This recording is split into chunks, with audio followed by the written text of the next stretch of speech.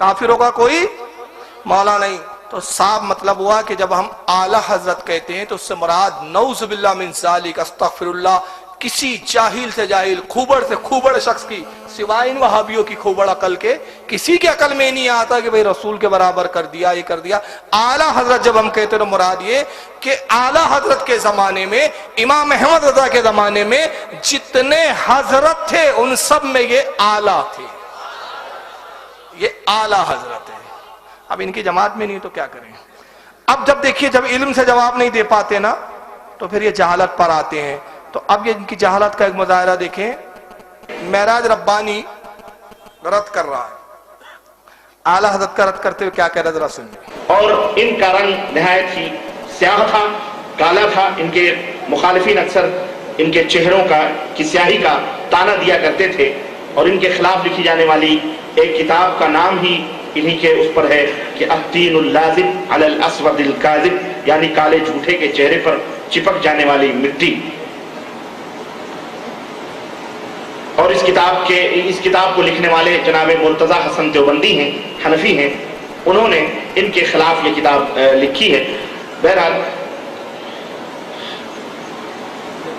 ہمیں اس سے غرض نہیں کی ان کا رنگ کیا تھا، ان کا وہ کیا تھا. المہم ایک معرفت کے لیے، جانکاری کے لیے ان کی شخصیت کے بارے میں نے ایک خاکہ آپ کی خدمت میں رکھا ہے.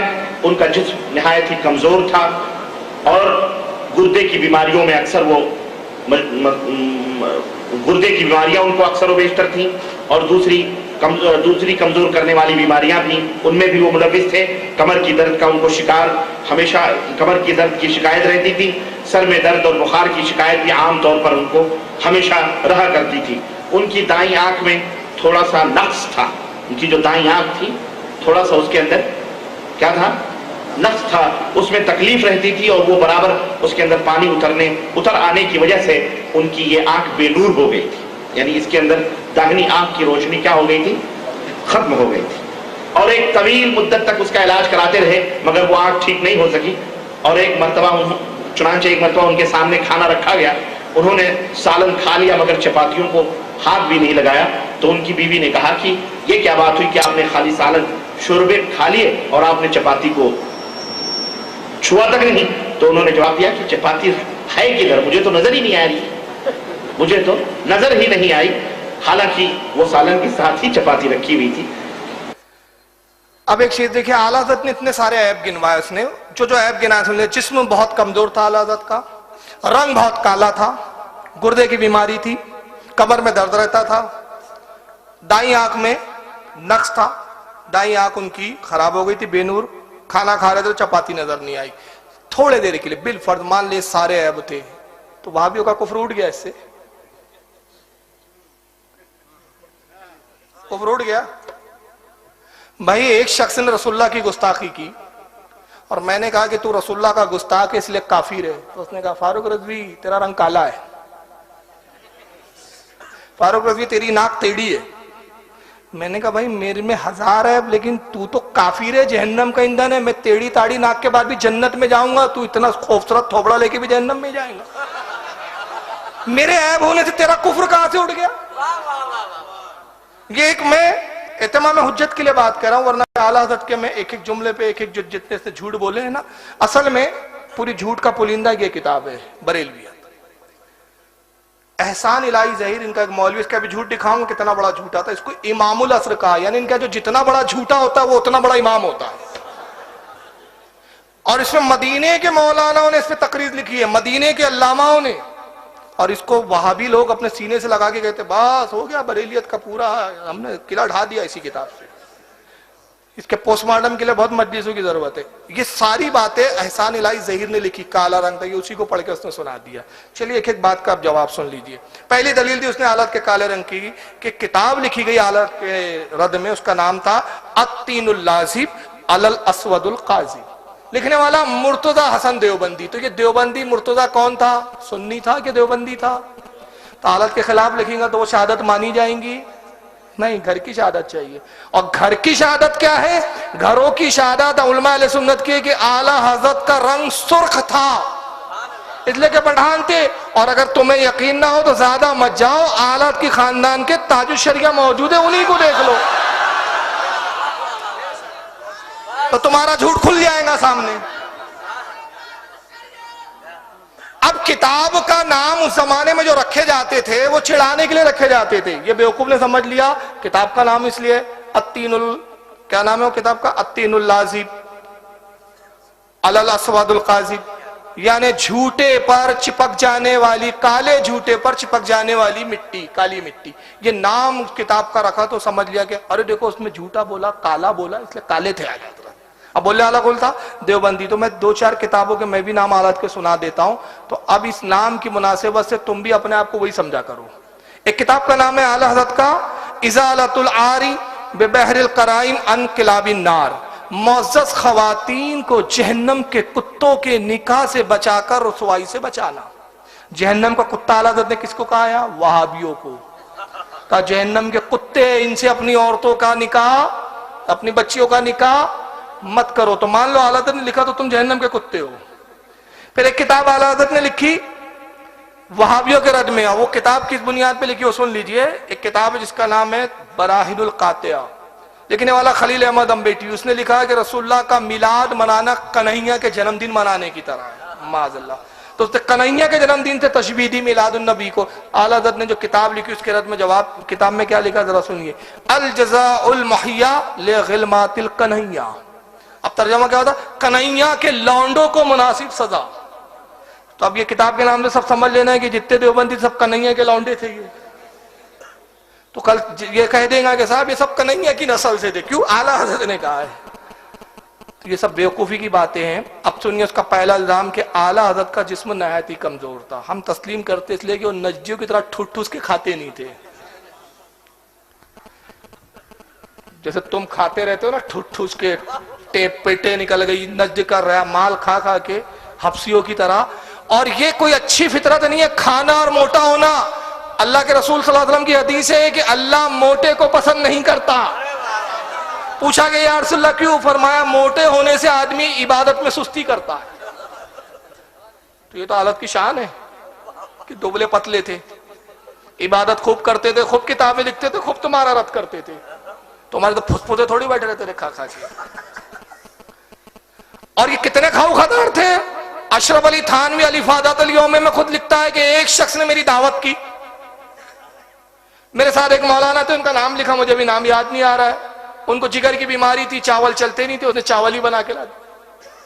تو میں نے کہا چاول کیوں بنایا؟ ایک تو تم کو بنانا نہیں آتا, یہ ایسے بنایا چاول؟ تو کہا کہ بھائی چاول ہی تھے حضرت, بس وہی بنا دیا اور تو کچھ نہیں. کہا نہیں, دعوت دیا, کھا کے جائیں گے, بھوکے تھوڑی جائیں گے, روٹی پکاؤ. کہا حضور روٹی نہیں ہے, آٹے نہیں ہے. کہا بھیک مانگ کے لاؤ. یہ تھانوی نے خود لکھا ہے, یہ ایسے کھاتے رہے ٹھوس ٹھوس کے. کہا بھیک مانگ کے لاؤ. تو کہا کہاں سے لاؤ؟ کہا پڑوسی سے لاؤ. وہ گیا پڑوسی سے روٹیاں مانگ کے لایا. تھانے صاحب کہتے میں تو کھانے لگا, وہ جو ہمارے ساتھ میں مولوی تھے وہ نہیں کھا رہے تھے. میں نے کہا آپ بھی کھائیے. تو کہنے لگا حضرت یہ کوئی اچھی بات معلوم ہوتی ہے, بیچارے سے بھیک منگوا کے بلوا لیا. اس کی کتنی دل شکنی ہو رہی ہے, دل شکنی سمجھتا نا, دل ٹوٹ رہا ہے اس کا, اس طریقے سے کھا رہے تھا. تھانے صاحب کیا کہتے میاں اگر دل شکنی کا خیال رکھیں گے تو ہماری پیٹ شکنی ہو جائیں گی. تو ان کے کھانے کا یہ حال تھا. قاسم نہ تبھی مر رہے تھے, کہا ککڑی کھانے کا دل چاہ رہا ہے. سوانح قاسمی میں لکھا ہے, کہا ککڑی لاؤ. کہا یہاں ڈھونڈا ہے, وہاں ڈھونڈا ہے, ککڑی مل ہی نہیں رہی ہے. بڑی مشکل سے پھر لکھنؤ سے آئی تو وہ بھی باریک باریک کھانے لائق نہیں تھی, تو کسی اور دور سے بائی ٹرین بھیجی گئی, ککڑی کھائے تب رو گئی. تو یہ ایسے حبسی تھے. ارے ان کی کتابوں کے حوالے میں اپنے گھر کی نہیں بتا رہا. تو یہ تو اعلیٰ حضرت کی شان تھی. ایک صحابی آئے, بہت بڑے موٹے پہلوان تھے جب کافر تھے, اور ناشتے میں صرف ایک بکرا کھا جاتے تھے. کتنا کھاتے تھے؟ ایک بکرا. رسول اللہ کی خدمت میں حدیث پاک میں آتا ہے اور اسلام قبول کیا. سرکار نے کہا بیٹھو, بٹھا دیا. کچھ تعلیم فرما رہے, اتنی دیر میں کچھ صحابہ, ایک صحابی آیا, انہوں نے کچھ کھجوریں تحفے میں پیش کی. اللہ کے نبی نے فرمایا تم بھی شامل ہو جاؤ. اب وہ سوچنے لگے میں تو اتنا کھاتا ہوں, اگر میں نے کھا لیا تو سب بھوکے رہ جائیں گے. شرما شرمی وہ انہوں نے ہاتھ بڑھایا, 1 یا 2 کھجور کھائی اور اس کے بعد رک گئے. سرکار جانتے تھے بہت کھاتے. کہا کھاؤ. کہا یا رسول اللہ قسم خدا کی اب اس کے بعد 1 کھجور بھی نہیں کھا سکتا. اور پھر عرض کرتے یا رسول اللہ بڑے تعجب کی بات ہے, جب میں حالت کفر میں تھا, شرک میں تھا, تو میں ناشتے میں صرف ایک بکرا کھاتا تھا اور اب ان 2 کھجوروں نے مجھے میری کفالت کر دی. آقا فرماتے سنو اس وقت تو حالت کفر میں تھا. مومن 2 ہاتھوں سے کھاتا ہے اور مومن 1 ہاتھ سے کھاتا ہے. کافر 2 ہاتھوں سے کھاتا ہے, کافر 2 ہاتھوں سے کھاتا ہے اور مومن 1 ہاتھ کھاتا ہے. یعنی مومن جو ہے 1 پیٹ سے کھاتا ہے اور کافر 2 پیٹوں سے کھاتا ہے. تو یہ تو کافروں کی صفت ہے, کھانا ٹھوسنا موٹا ہونا. تو یہ اعلیٰ حضرت کی خوبی ہے کیا ہے بھائی؟ گردے کی بیماریاں رہتی تھی, یہ کس کتاب میں پڑھ لیا؟ کمر میں درد رہتا تھا, ہاں ٹھیک ہے, خود اعلیٰ حضرت نے الملفوظ میں لکھا کہ میرے گھٹنوں میں اور کمر میں درد بہت ہوتا ہے, خود لکھا اعلیٰ حضرت نے. تو پوچھا گیا سرکار آپ پھر علاج کیوں نہیں فرماتے؟ کہا میں اس پہ شکر ادا کرتا ہوں کہ اللہ نے مجھے وہ مرض دیا جو انبیاء کو عطا کیے جاتے تھے. اکثر انبیاء کو کمر میں درد ہوا ہے اور گھٹنے میں, حضرت موسیٰ کے گھٹنے میں درد ہوتا تھا. نوادر القلیوبی, حضرت امام یعقوب قلیوبی گزرے, ایک بہت بڑے بزرگ, ان کی کتاب ہے, دیکھیے اب نسخہ بھی مل جائے گا آپ کو, جو کمر درد والے ہو گھٹنے درد والے ہو نسخہ لے کے چلے جاؤ اب یہاں سے. نوادر القلیوبی میں فرماتے کہ حضرت موسیٰ نے کمر درد کی شکایت کی حضرت جبریل سے.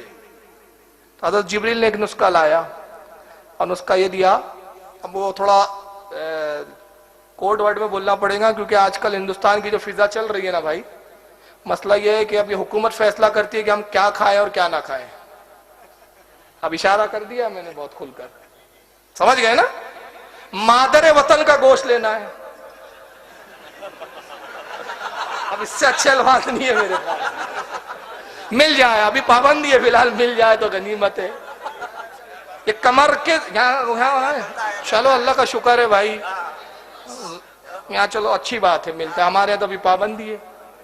مادر وطن کا گوشت اور گیہوں یہ نسخہ ہے, اور دونوں کو آدھا آدھا. جس کے کمر میں بہت درد ہوتا ہے اور ایک وہ پین ہوتا ہے نا جس میں کیا بولتے نس جو ہے کیا اسپلینڈیز ایسی کچھ بولتے, مجھے نام یاد نہیں آ رہا. اصل میں دیکھیے آج میرا ذہن حاضر نہیں ہے تقریر میں پھر بھی کر رہا ہوں کیونکہ کمیٹی والوں کو بتایا میں کن حالات میں یہاں آیا ہوں. میرے گھر میں تھوڑا سا ٹریجڈی چل رہی ہے ابھی اہلیہ کو, لیکن بہرحال مطلب میں آنے کے لائق نہیں تھا, آج طبیعت ٹھیک نہیں تھی اہلیہ کی, لیکن اس کے باوجود میں آیا ہوں تو ابھی ذہن حاضر نہیں ہے میرا, پھر بھی بول رہا ہوں. بہرحال وہ منکوں میں گیپ آ جاتا ہے نا, کمر کا درد ہوتا ہے, بہت سخت درد ہوتا ہے, اس کے لیے بھی یہ بہت نسخہ فائدے مند ہے. میں نے بہت لوگوں کو بتایا, بہت لوگوں نے فائدہ اٹھایا. تو جبریل علیہ السلام یہ نسخہ لاتے ہیں موسیٰ. نسخہ یہ ہے کہ آپ مادر وطن لے, اس کا گوشت اور گیہوں دونوں کو برابر برابر وزن میں, مثلا آدھا پاؤ وہ تو آدھا پاؤ گیہوں, اور دونوں کو پانی میں خوب ابالیں, اتنا ابالیں کہ دونوں مکس ہو کر بالکل کھچڑا بن جائے. کھچڑا بولتے ہیں نا آپ کیا, کھچڑا بن جائے. اس میں مسالے کچھ بھی نہیں ڈالنا, تیل نہیں ڈالنا ہے, بس تھوڑا سا ذائقے کے لیے آپ ہلکا سا نمک ڈال سکتے ہیں تھوڑا سا. اور صبح نہار پہ جتنا کھایا جا سکے, مطلب یہ نہیں ہے کہ خوب کھانا ہے, جتنا کھائے جتنے طبیعت, نہار پیٹ کھانا ہے, ریگولر آپ کھائیے, انشاءاللہ درد ختم ہو جائے. حضرت موسیٰ نے استعمال کیا نسخہ, ان کا درد بھی ٹھیک ہو گیا.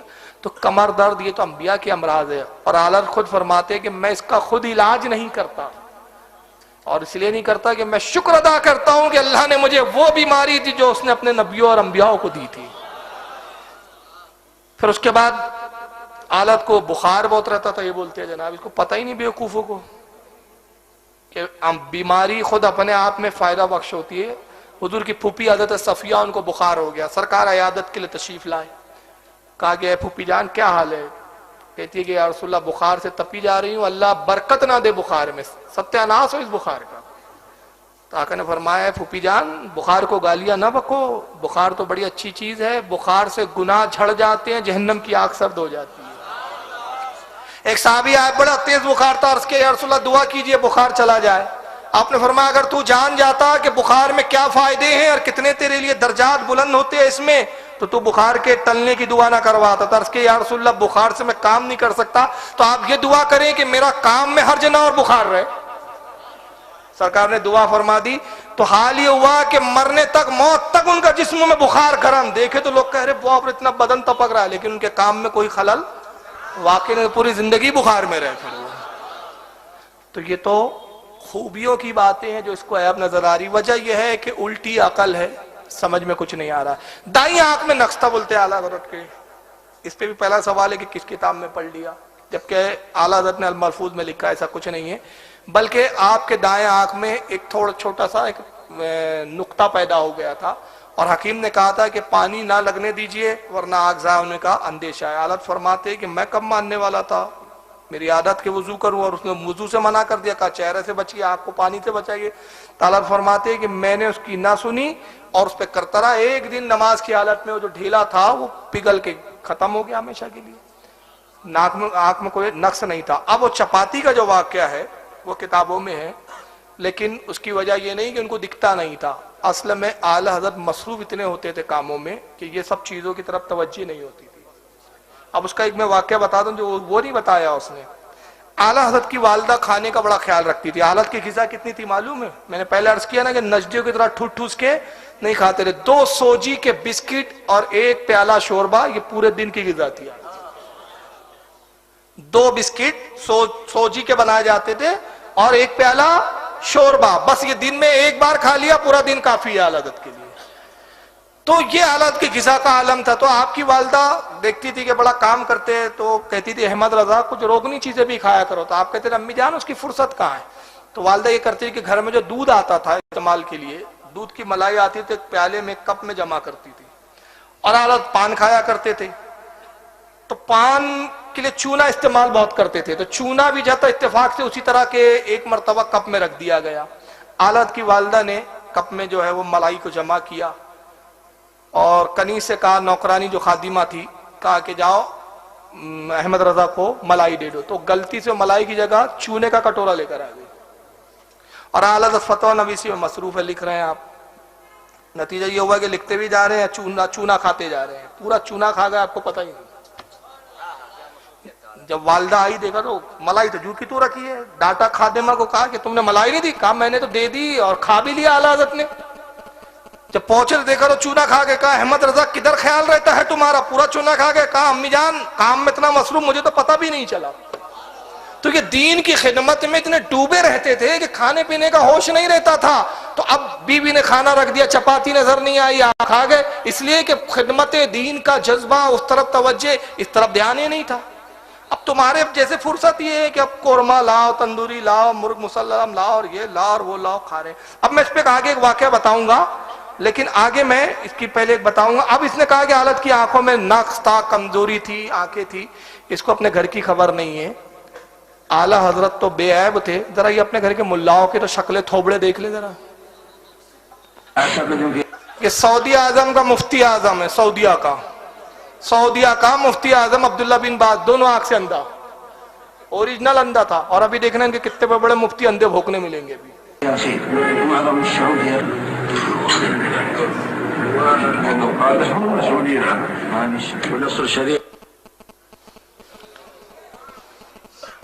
یہ سب مولوی ہیں ان کے بھائی، یہ دیکھو، یہ عبد المحسن نام ہے، یہ ابھی کا مفتی ہے، یہ موجود ہے زندہ، عبد المبین ابقان، کیا ابکیان، عجیب عجیب نام بھی ہوتے ہیں ان کے۔ یہ دیکھو الٹی آ جائے اس کو، یہ دیکھو کیا ہے، یہ اپنے گھر کی تو حالت دیکھو۔ یہ زبیر علی صحیح ابھی بھی مرا ہے، تو اس کی شکل کیسی دکھ رہی ہے۔ یہ طالب الرحمان زندہ ہے، ابھی دیکھ لیجیے۔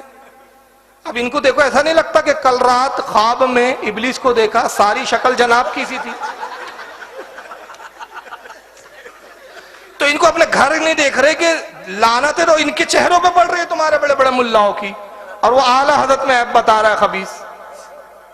اب آئیے دیکھیے یہ چیز سن لیجئے، دوسرا الزام۔ جناب بریلوی جو تھے اعلیٰ حضرت، جن کا تذکرہ آپ سن رہے ہیں، یہ نسیان کے بھی زیادہ مریض تھے، یعنی کوئی بھی بات ہوتی تھی جلد بھول جایا کرتے تھے، ان کی یادداشت کمزور تھی۔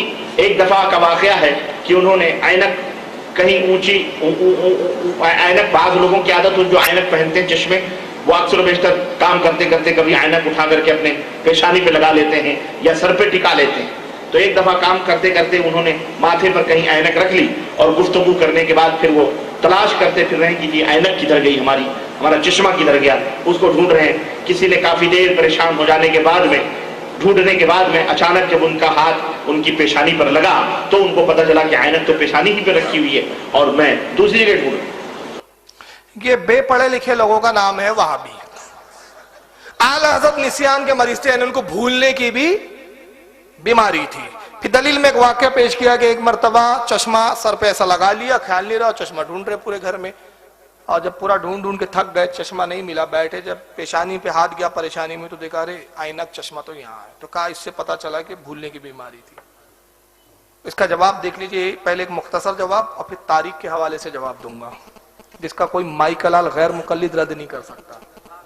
پہلا جواب سن لیجئے، اصل میں انسان کی فطرت ہے، جس کام میں وہ مصروف ہوتا ہے نا، جس کام میں دلچسپی ہوتی ہے تو دوسرے کاموں کی طرف اس کی توجہ نہیں ہوتی، ایک انسانی فطرت ہے۔ میں اپنی بات بتا رہا ہوں، پڑھنے لکھنے میں زیادہ دلچسپی ہے۔ میری والدہ جب بھی مجھے بولتی ہے نا بازار جاؤ اور یہ سامان لاؤ، تو 2-4 آئٹم میں ضرور بھول جاتا ہوں۔ تو میری والدہ ہنس کے مذاق میں بولتی ہے کیسا ہے تو کو کتابیں یاد رہتی، دلیلیں یاد رہتی، واقعات یاد رہتے، 2-4 سامان بلا تو 2 بھول کے آتا۔ تو وجہ کیا؟ دلچسپی نہیں ہے۔ جس کام میں انسان کی دلچسپی نہیں، ان باتوں کی طرف وہ زیادہ توجہ نہیں دیتا۔ حالت کی دلچسپی علم، تعلیم، پڑھانا، سیکھنا، سکھانا اس طرف تھا، یہ چشمے، یہ کپڑے، یہ کھانا اس طرف نہیں تھا۔ یہ تو ایک عرفی بات کی، اب دلیل سن لیجئے۔ امام مسلم کا آپ نے نام سنا ہے؟ امام مسلم کتنے بڑے امام ہیں؟ ان کی صحیح مسلم جو حدیث کی کتاب ہے، اس کے بارے میں محدثین کا اتفاق ہے، علماء کا اتفاق ہے کہ اس صحیح مسلم میں ایک حدیث بھی ضعیف نہیں، ایک حدیث بھی، اتنے اہتمام سے لکھا، لاکھوں حدیثیں یاد تھی۔ آپ کو پتہ ہے امام مسلم کا انتقال کیسے ہوا؟ پتہ نہیں وابڑوں کو پتہ ہے کہ نہیں۔ بھی اس کو تاریخ بغداد میں خطیب بغدادی نے جلد 11 صفحہ 64 پہ بیان کیا واقعہ ان کے انتقال کا، کہ امام بخاری رحمۃ اللہ علیہ ایک مرتبہ حدیث تلاش کر رہے تھے، ایک حدیث کی ضرورت تھی ان کو، رات میں وہ حدیث کی تلاش میں بیٹھے، چراغ روشن ہے، تو اسی بیچ میں کسی ان کے چاہنے والے نے ایک ٹوکرا بھر، پوری ایک ٹوکری بھر کھجور لا کے پیش کر دیا۔ حدیثیں بھی ڈھونڈ رہے ہیں، کتابیں ڈھونڈ رہے ہیں، لکھ رہے ہیں، نوٹ کر رہے ہیں، اور کھجور بھی کھا رہے ہیں، ہوش نہیں، رات بھر میں پوری کھجور کھا گئے ٹوکرا بھر۔ کون؟ امام مسلم، پوری کھجور کھا گئے۔ اور جب فجر کی اذان ہوئی تو آپ نے لکھنا موقوف کیا، اب فجر کے پڑھنا ہے، تو جب ٹوکرے پہ نظر پڑی تو ایک دم گھبرا گئے کہ پورا ٹوکرا بھر میں نے کھجور کھا لی۔ اسی ہیبت سے آپ کو اٹیک آیا اور آپ کا وصال ہو گیا۔ تب کئی امام بخاری کی بھی یادداشت کمزور، امام مسلم کی بھی یادداشت کمزور تھی، اور اگر وہ بھی نسیان کے مریض تھے تو یاد رکھیے اگر کوئی راوی نسیان کا مریض ہو تو اس کی روایت پھر معتبر نہیں رہتی، ضعیف ہو جائے گا۔ تو بھی امام، اور اسی طرح امام مالک کے بارے میں بھی آتا ہے کہ ان کا بھی انتقال زیادہ کھجور کھانے سے ہوا۔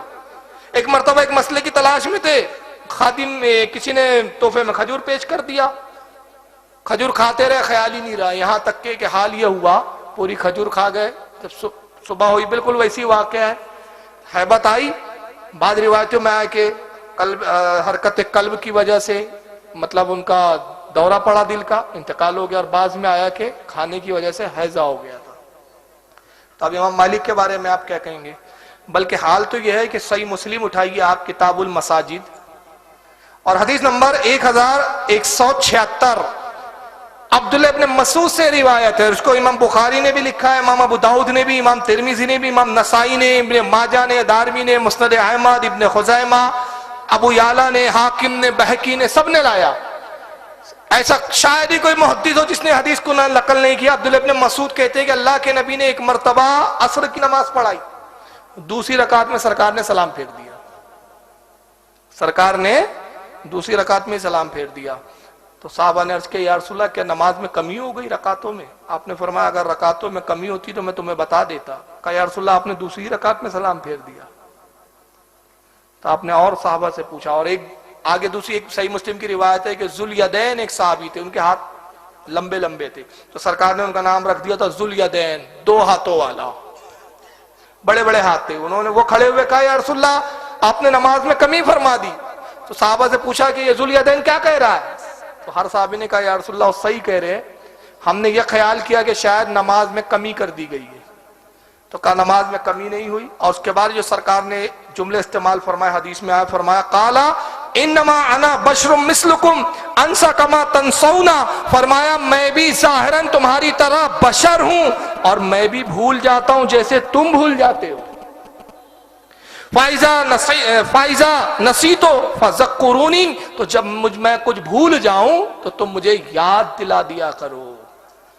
اب اس حدیث میں سرکار خود کہہ رہے کہ میں بھی بھولتا ہوں، تو اب اس پہ بھی کہیں گے کہ رسول اللہ کو بھی نسیان کی بیماری تھی، کہ یہ بھی یاد نہیں رہا کہ 2 رکعت ہے کہ 4 ہے کہ 3 ہے، کہ جاہل ہی کہہ سکتا ہے، اہل ایمان نے کیوں؟ اس کی تشریح میں امام قاضی عیاض نے بڑی پیاری بات کہی کتاب الشفا میں۔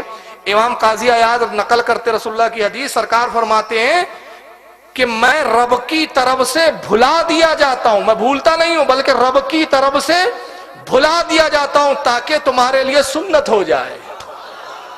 اب اس میں سنت کیا ہوئی؟ آگے آتا ہے کہ سرکار نے بھی فرمایا کہ جب تم میں سے نماز میں کوئی بھول جائے تو اس کو چاہیے کہ سجدہ سہو کر لے۔ اس سے پہلے سجدہ سہو کیا تھا صحابہ نہیں جانتے تھے، سجدہ سہو کا حکام نام ملے وہاں سے، اور رسول اللہ بھولے نہیں، در حقیقت معاملہ کیا تھا؟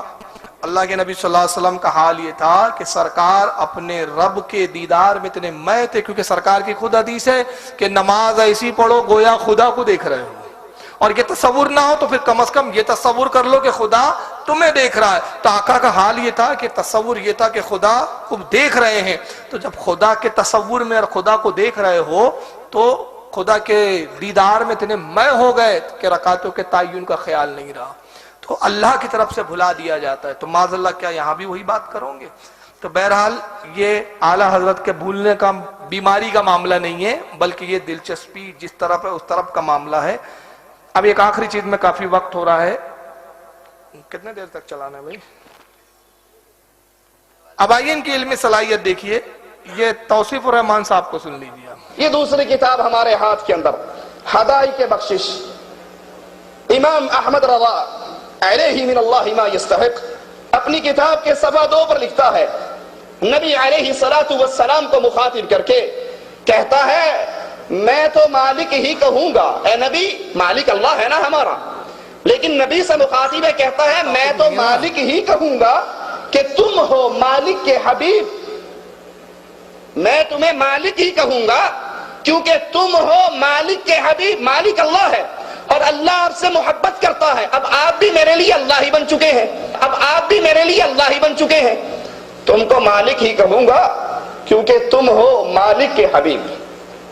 سبحان اللہ، یہ تو بالکل ایسے ہی ہے، کسی کی بیوی سے اس کی ساس، اس عورت کی ساس، اس مرد کی ماں اپنی بہو سے بہت پیار کرے، دونوں کی محبت عروج پہ چلی جائے، تو یہ محترمہ کے سامنے بیٹھ کر کہے کہ محترمہ میں تو آپ کو ماں ہی کہوں گا کیونکہ آپ ہو میری ماں کی محبوبہ، تو پھر ڈنڈا بجاتا پھرے گا، نکاح ٹوٹ جائے گا۔ اب جہالت سنیے، پہلے تو اس مسئلے پہ آ جائیے۔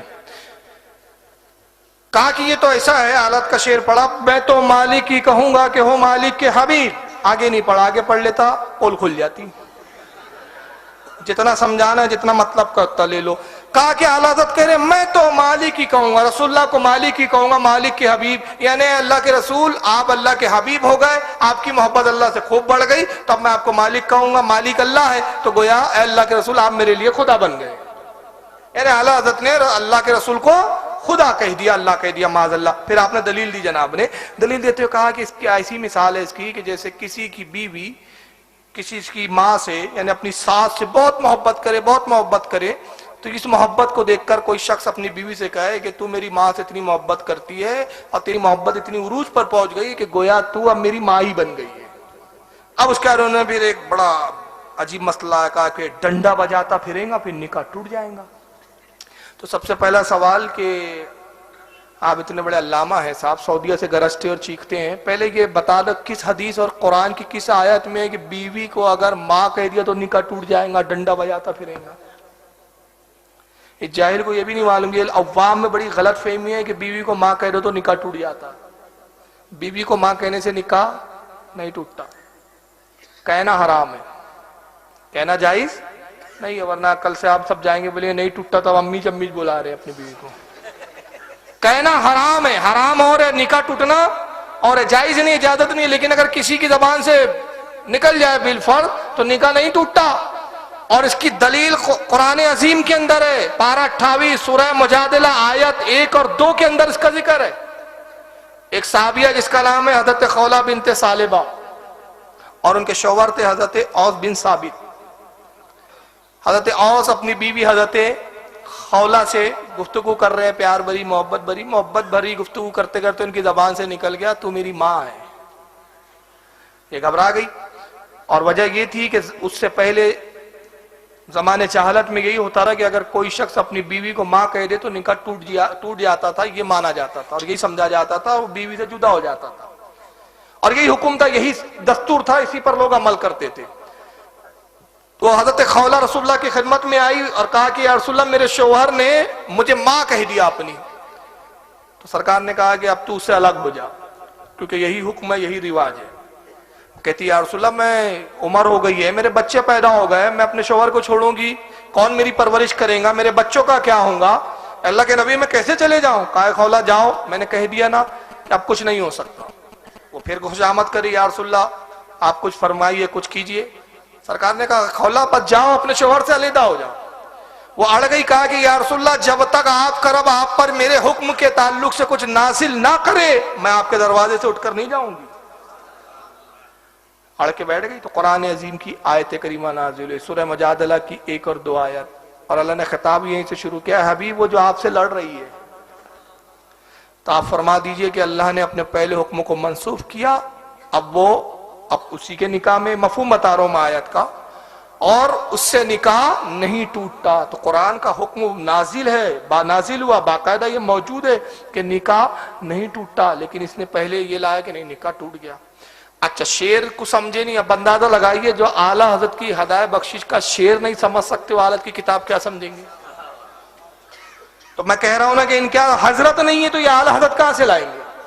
اب شعر کیا ہے؟ حضرت کہہ رہے میں تو مالک ہی کہوں گا کہ ہو مالک کے حبیب، اے اللہ کے رسول میں آپ کو مالک کہوں گا، کیوں کہ جو پوری کائنات کا مالک ہے اس کے آپ کون ہو؟ حبیب، یعنی محبوب و محب میں نہیں، میرا تیرا، آپ کی اور اللہ کی محبت ایسی ہے اس میں تیرا میرا نہیں ہے، جو آپ نے دیا گویا خدا نے دیا، جو خدا نے دیا وہ آپ پہ طفیل دیا، تیرا میرا نہیں ہے، یہ تیرا ہے یہ میرا ہے، میں اپنے میں سے دوں گا تو اپنے میں سے دے، یہ نہیں ہے، جو آپ دے دے، اللہ فرماتا ہے حبیب جو آپ دے دے وہ میرا ہے، جو میں دے دوں وہ بھی تیرا ہے، میرا تیرا نہیں ہے۔ اور اللہ نے اپنے حبیب کو مالک بنایا، خدا کا فرماتے بخاری کی حدیث ہے انما قاسم واللہ یؤتی، اللہ خزانے کا مالک ہے اور اس کا تقسیم کرنے والا میں ہوں۔ اور مشکات کی حدیث ہے، مشکات کی جلد نمبر 3 ہے، کتاب الفضائل، اور حدیث نمبر 5835 حضرت عائشہ سے روایت ہے، ان عائشہ قالت، حضرت عائشہ کہتی ہیں قال رسول اللہ صلی اللہ علیہ وسلم یا عائشہ لو شیتا لسارت معیہ جبال الذہب، اے عائشہ سنو اگر میں چاہوں، اللہ نے یہ اختیار دیا، آقا کہہ رہے کہ اگر میں چاہوں تو یہ پہاڑ سونے کے ہو جائے اور میرے ساتھ ساتھ چلے۔ تو اس کو مالک نہیں کہتے تو اور کیا کہتے ہیں؟ آئیے صحیح مسلم کی ایک حدیث بھی سن لیں، صحیح مسلم جلد نمبر 1 صفحہ 99 ہے، اور حدیث نمبر ہے اس کی 1070۔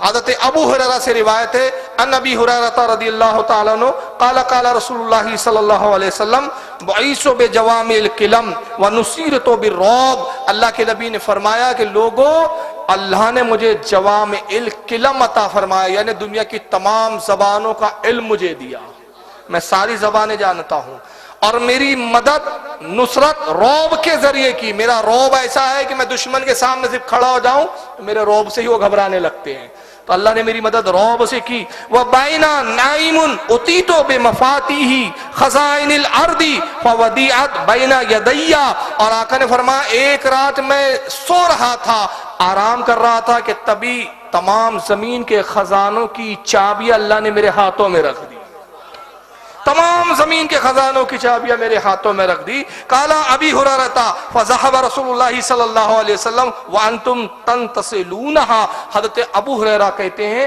کہ رسول اللہ کا تو وصال ہو گیا، مگر جو خزانے تم دیکھ رہے ہو، جن خزانوں سے فائدہ اٹھا رہے ہو، یہ نبی کے ہی خزانے ہیں، سب نبی کے عطا کردہ، تو اسی کو تو مالک کہتے ہیں۔ آقا کو اللہ نے مالک بنا دیا، اس لیے اعلی حضرت فرماتے ہیں لا ورب العرش، جس کو جو ملا ان سے ملا، بٹھتی ہے کونین میں نعمت رسول اللہ کی صلی اللہ علیہ وسلم۔ ایک طارق جمیل کا صاحب سن لیجئے ویڈیو۔ ارے یار ہنس کیوں رہے ہیں آپ طارق جمیل کے نام پر؟ چلیے آج کا موضوع اعلیٰ حضرت تھا، ورنہ طارق جمیل کی بھی میں بہت ویڈیو دکھاتا، اور اسی پہ ختم کر رہے ہیں ہم آج کا، کیونکہ اب 2 بجنے کے قریب ہے۔ طارق جمیل صاحب کی جہالت دیکھیے، یہ آڈیو ہے ان کا اور نیٹ پہ موجود ہے، یا آپ نیٹ سے بھی سن سکتے ہیں، سنیے ان کی جہالت۔ تو بریلویت کی اصل بنیاد تو احمد رضا خان صاحب کے ملفوظات ہیں، میں نے ان کو پڑھا نہیں، ان کے کیا ملفوظات ہیں، ان کی کیا تحریر ہیں، میں نے، وہ ہمارے اکابر کو کافر کہیں، اس سے وہ خود تو کافر نہیں ہو جاتے۔ یہ بھی سن لو کہ تک صحابہ کو کافر کہنے سے آدمی کافر نہیں ہوتا، یہ اپنے ہی اکابر کے فتاوی میں میں نے پڑھا ہے۔ اب یہاں پہ توہین بھی کی، جہالت بھی سامنے ہے، پہلا جھوٹ بھی بولا، جھوٹ بھی سوریہ، پہلا جھوٹ کہ بریلویت کی اصل بنیاد احمد رضا خان صاحب کے ملفوظات ہیں۔ ملفوظات اعلیٰ حضرت کی کتاب نہیں ہے، بلکہ مجلس میں جو گفتگو کرتے تھے اعلیٰ حضرت، آپ کے صاحبزادے حضور مفتی اعظم اس کو لکھ لیتے تھے 2 سال میں چند مجلسوں کی، وہ بھی پوری مجلسیں نہیں، پوری زندگی کے نہیں، 2 سال میں چند مجلسوں کی جو گفتگو کو تحریر کر دیا، وہ الملفوظ کے نام سے 4 حصوں میں کتاب ملتی ہے۔ تو یہ کہہ رہے ہیں کہ بریلویت کی اصل جو ہے وہی کتاب ہے۔ اب ان جاہل زمانہ سے کوئی پوچھے کہ وہ صرف 2 سال کی ملفوظات، وہ بھی چند مجلسوں کی، اس سے تو وہ خود کافر نہیں ہو جاتے۔ کہتے وہ ہمارے بزرگوں کو کافر کہیں تو اس بنیاد پر وہ کافر نہیں ہوتے۔ مطلب اللہ کا شکر ہے کہ اعلیٰ حضرت نے ان کے ملاؤں کو کافر کہا، وہ تو کافر ہیں مگر اس بنیاد پر کفر نہیں لوٹتا، تو پھر یہ ایسے ملاؤں کے پیچھے کیوں چلتے ہیں کہ جو خود کافر ہے، اس عالم کے پیچھے کیوں نہیں آ جاتے جس کا ایمان ان کے نزدیک بھی متفق ہے، جن کے ایمان پر ان کا بھی اتفاق ہے۔ اور ان کے ملاؤں کو بھی اقرار تھا۔ میں کتاب یہاں دکھا رہا ہوں آپ کو، کتاب کا نام ہے امام احمد رضا، یہ یہاں اس وقت ٹیبل پر بھی میرے پاس موجود ہے اور آپ کو مانیٹر پہ دکھ رہی ہے۔ یہ کتاب ہے امام احمد رضا، لکھنے والا کوئی ہمارا عالم نہیں ہے، ہماری جماعت کا عالم نہیں ہے۔ مولانا کوثر نیازی صاحب پاکستان کے تھے، یہ مر گئے، دیوبند سے تھے، دیوبند کے پڑھا اور اپنی زندگی میں کئی 100 کتابیں لکھی انہوں نے۔ اعلیٰ حضرت سے پہلے بڑا بغض و حسد رکھتے تھے، کینہ رکھتے تھے، بعد میں جب اعلیٰ حضرت کو پڑھا تو اعلیٰ حضرت کے بڑے مداخواہ ہوئے اور اعلیٰ حضرت کی تعریف میں تقریریں بھی کرنا شروع کیا، اور یہاں تک کہ پھر اعلیٰ حضرت کی تعریف و توصیف میں کتاب بھی لکھ دی۔ کتاب کا نام ہے امام احمد رضا۔ اس کتاب کے اندر خود کوثر نیازی اپنے گھر کی ایک شہادت دے رہا ہے، صفحہ نمبر 20 پر کیا کہتا ہے ذرا سنیے۔ پہلا اپنا تعارف دے رہا ہے، کہتا ہے میں نے صحیح بخاری کا درس مشہور دیوبندی عالم شیخ الحدیث حضرت مولانا محمد ادریس کاندھیلوی مرحوم و مغفور سے لیا ہے۔ کبھی کبھی اعلیٰ حضرت کا ذکر آ جاتا تو مولانا کاندھیلوی فرمایا کرتے مولوی صاحب، اور یہ مولوی صاحب ان کا تقیہ کلام تھا، یعنی ہر کسی کو مولوی صاحب کہہ کے بولتے تھے۔ تو مولوی صاحب مولانا احمد رضا خان کی بخشش تو انہی فتووں کے سبب ہو جائیں گی کہ اللہ تعالیٰ فرمائیں گا احمد رضا خان تمہیں ہمارے رسول سے اتنی محبت تھی کہ اتنے بڑے بڑے عالموں کو بھی تم نے معاف نہیں کیا، تم نے سمجھا کہ انہوں نے توہین رسول کیے تو ان پر بھی کفر کا فتویٰ لگا دیا، جاؤ اسی ایک عمل پر ہم نے تمہاری بخشش کر دی۔ یہ گھر کی شہادت ہے۔ کہہ رہے کہ اعلیٰ حضرت فاضل بریلوی کی تو بخشش صرف اسی پر ہو جائیں گی، باقی خدمات تو چھوڑیے، جو انہوں نے دین کی باقی خدمتیں کی، جو علم کی خدمت کی، جو علم کو عام کیا، رسول اللہ کی سنتوں کو عام کیا، وہ تو ایک طرف، صرف اس بات پر ہو جائیں گی کہ اللہ فرمائیں گا احمد رضا تمہیں ہمارے حبیب سے اتنی محبت کہ جس کو بھی دیکھا میرے رسول کا گستاخ ہے فوراً فتویٰ لگا دیا، جاؤ اسی پر ہم نے تمہیں بخش دیا۔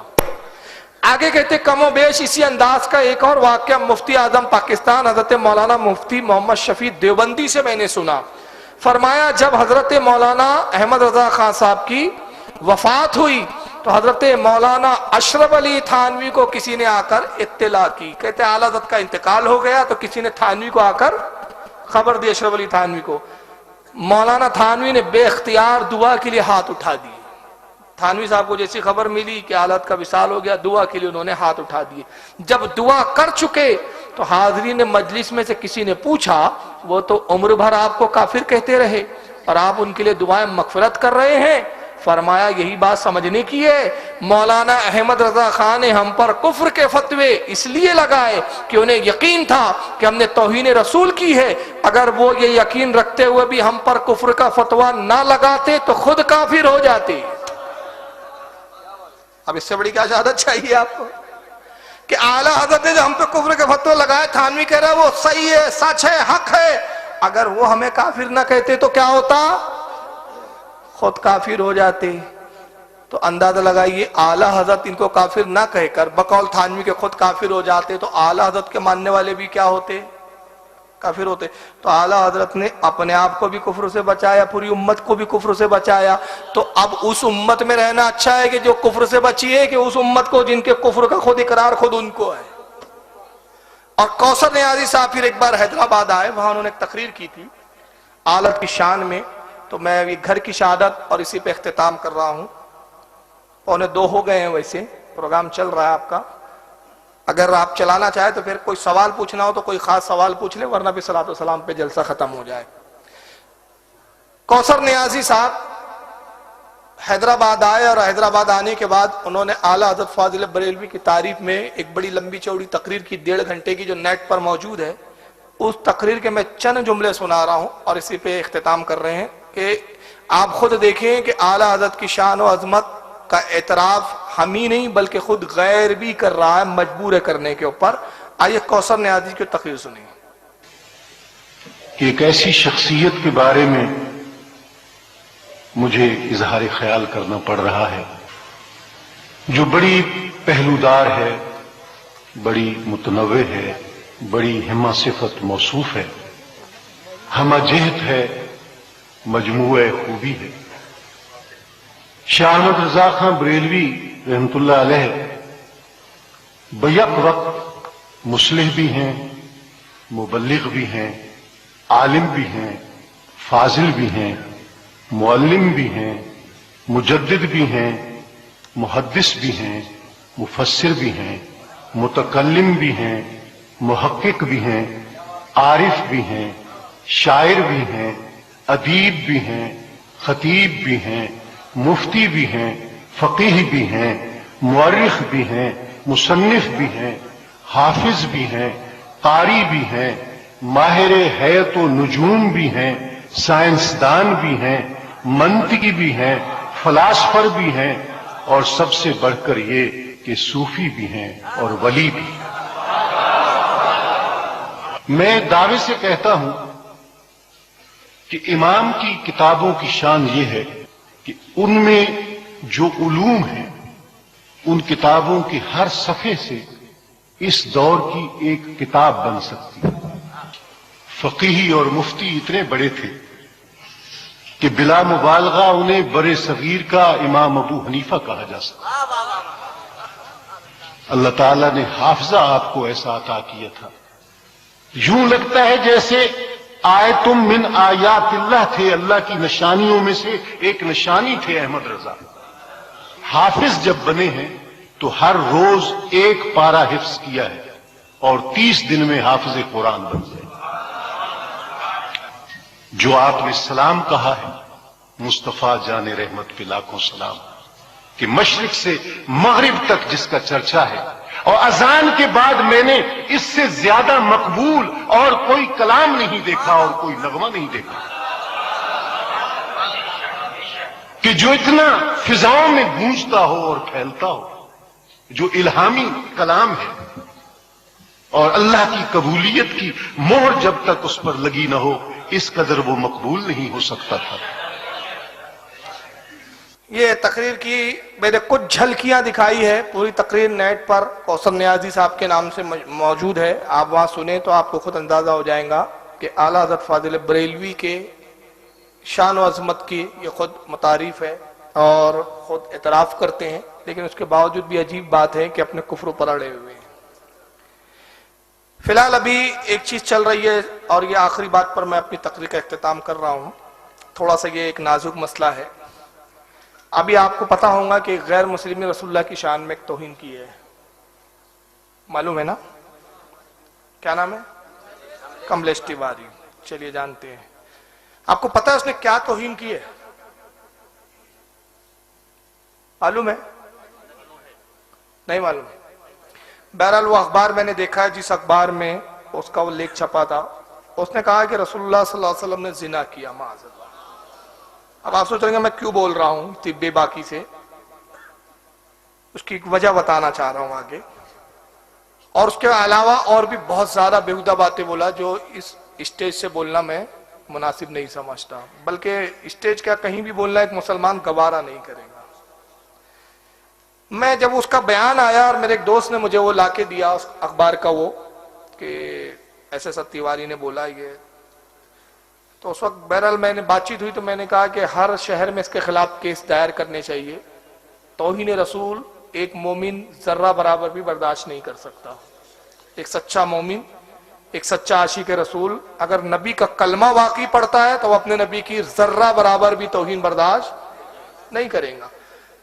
اس کے خلاف احتجاج بھی ہونے چاہیے، جلوس نکالنے چاہیے جہاں ایک امن کے ساتھ جلوس نکالنے کی گنجائش ہو، اور جہاں پر ایسا نہ ہو، کیونکہ سنی تھوڑا جذباتی ہوتے ہیں تو کئی جگہ یہ ہوتا ہے کہ جلوس میں پھر پتھر وغیرہ کی نوبتیں آ جاتی ہیں، تو ایسی جگہ جلوس سے پرہیز کرتے ہوئے کیس کم سے کم مقدمہ ضرور دائر کرنا چاہیے، پولیس کمپلین کر کے ایف آئی آر ضرور درج کروانی چاہیے تاکہ کورٹ کے چکر لگاتے لگاتے اس کے تلوے گھس جائیں۔ اب یہ تو ایک بات ہوئی کہ اس نے کیا توہین رسول، تو ہر بیدار مسلمان کی ذمہ داری ہے کہ اس کے خلاف بولے، نہیں بول سکتا تو دل میں برا جانے، اور جتنی اس کے خلاف کسی بھی طرح سے جدوجہد کے طور پر وہ کوشش کر سکتا ہے وہ کرے۔ لیکن سوال یہ ہوتا ہے، میں نے اپنے ان دوستوں کو اس وقت کہا کہ اس کی ہمت ایسی کیوں بڑھی، اس کی جرأت ایسی کیوں ہوئی کہ اتنی بڑی بات اس نے کہہ دی اور لکھ بھی دی، اس کی وجہ اور اس کا سبب کیا ہے؟ یہ ہمت اسے آئی کہاں سے؟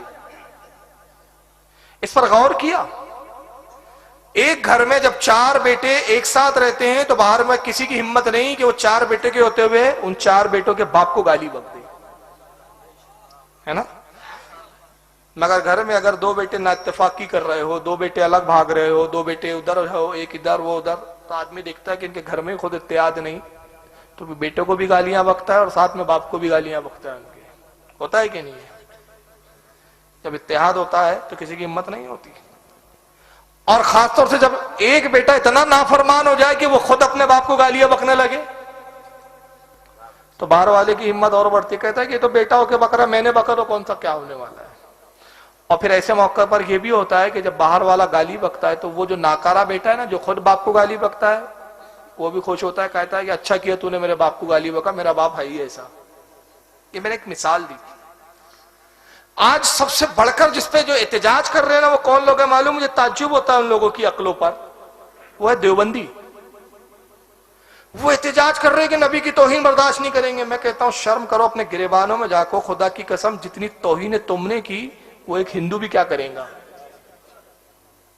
ایسی ایسی توہین ہے کہ میں سنا بھی نہیں سکتا، دکھا بھی نہیں سکتا، ایسی ایسی توہین ہے۔